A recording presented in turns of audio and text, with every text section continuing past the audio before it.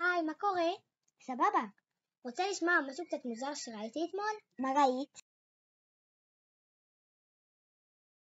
היה לנו מפגש משפחתי בממילה. המפגש נגמר נורא מאוחר, ובסוף אבא שלי רצה ללכת להתפלל ערבית בכותל. אז הלכנו כבר כל המשפחה יחד. בכותל ישבו קבוצת אנשים שבכו. אבא שלי הסביר לי שהם עושים תיקון חצות ובוכים על בית המקדש.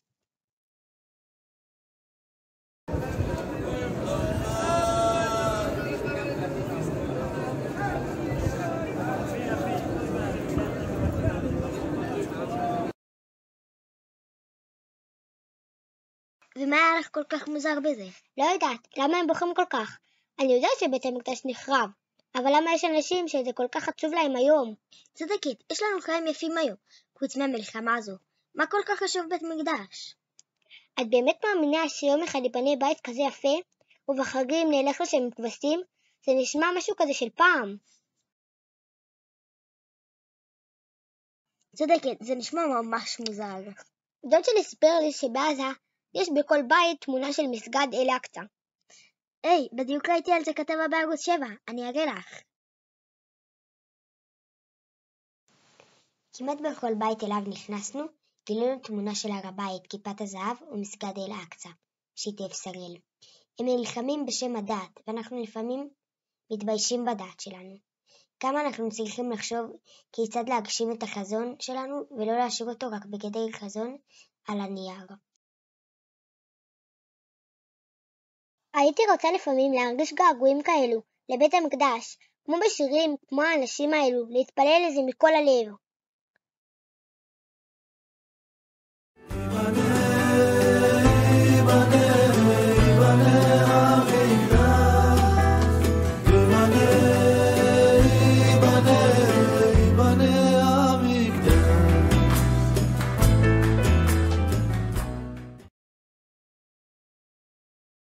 אבל אני ממש לא מרגישה את זה. את יודעת מה? אני אשאל על זה בערב את אמא שלי, ואני אספר לך.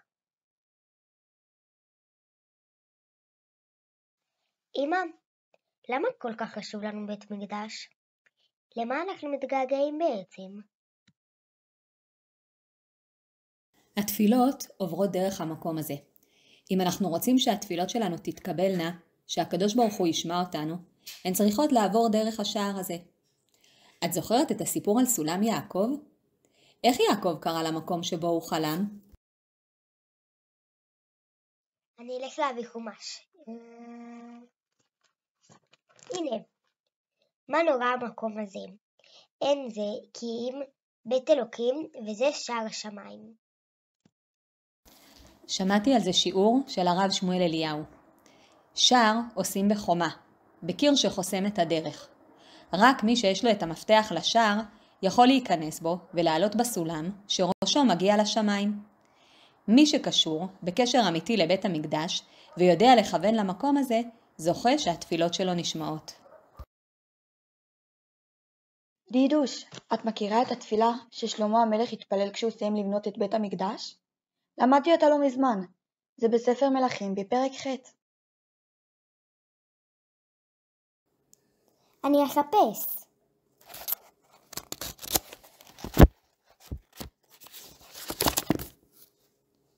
הנה, מצאתי. והתפללו אליך דרך ארצם, אשר נתת לאבותם, העיר אשר בחרת, והבית אשר בניתי לשמך. ושמעת השמיים, מכון שבטך, את תפילתם. מה זה אומר? זה היה סיפור מאוד מיוחד. שלמה המלך בנה את בית המקדש, ואחרי כל המאמצים הגדולים, השערים לא נפתחים.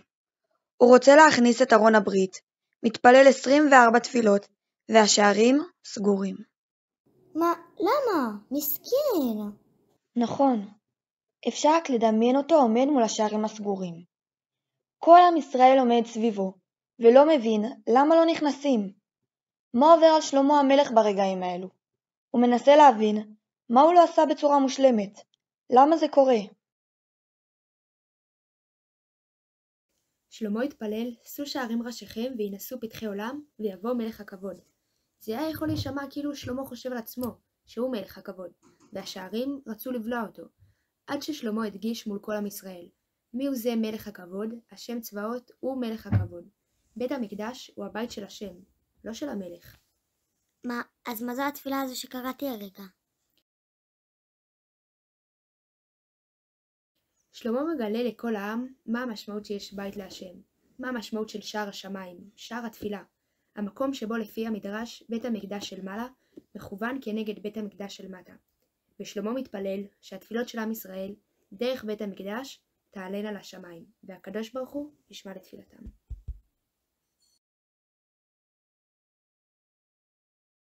זה מזכיר לגמרא במסכת ברכות.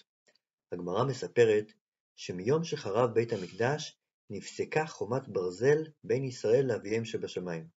אפשר לדמיין קיר ברזל שחוסם את התפילות שלנו. היי, יש גמרא כזאת בבבא מציעא.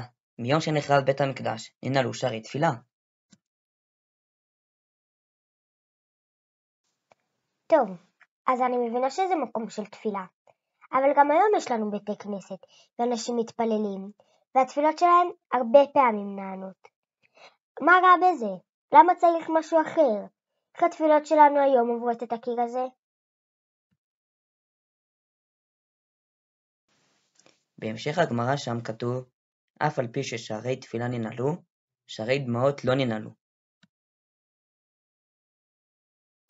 נכון, לכן עם ישראל בכל השנים מתפלל ובוכה לכיוון בית המקדש. כל יהודי בכל מקום בעולם, בכל תפילה ותפילה, כשהוא מתפלל אל השם, פונה לכיוון ירושלים, אל שער השמיים, ומשם עולות כל התפילות למעלה. לכן גם אומרים שמי שמתפלל בירושלים, כאילו הוא מתפלל לפני כיסא הכבוד. לא סתם הגויים מנסים בכל הכוח למנוע את הקשר שלנו למקום הזה. אני עדיין לא מבינה את זה מספיק. יש לי רעיון. אולי לכבוד הבת מצווה נטייל בירושלים, נלך לעיר דוד ולמכון המקדש, ואולי אצלח להבין יותר. למה אנחנו כל כך רוצים את בית המקדש? רעיון מצוין! עדי, את חושבת לעלות לירושלים באוטו? אלא איך? על חמור, כמו להרגלים של פעם.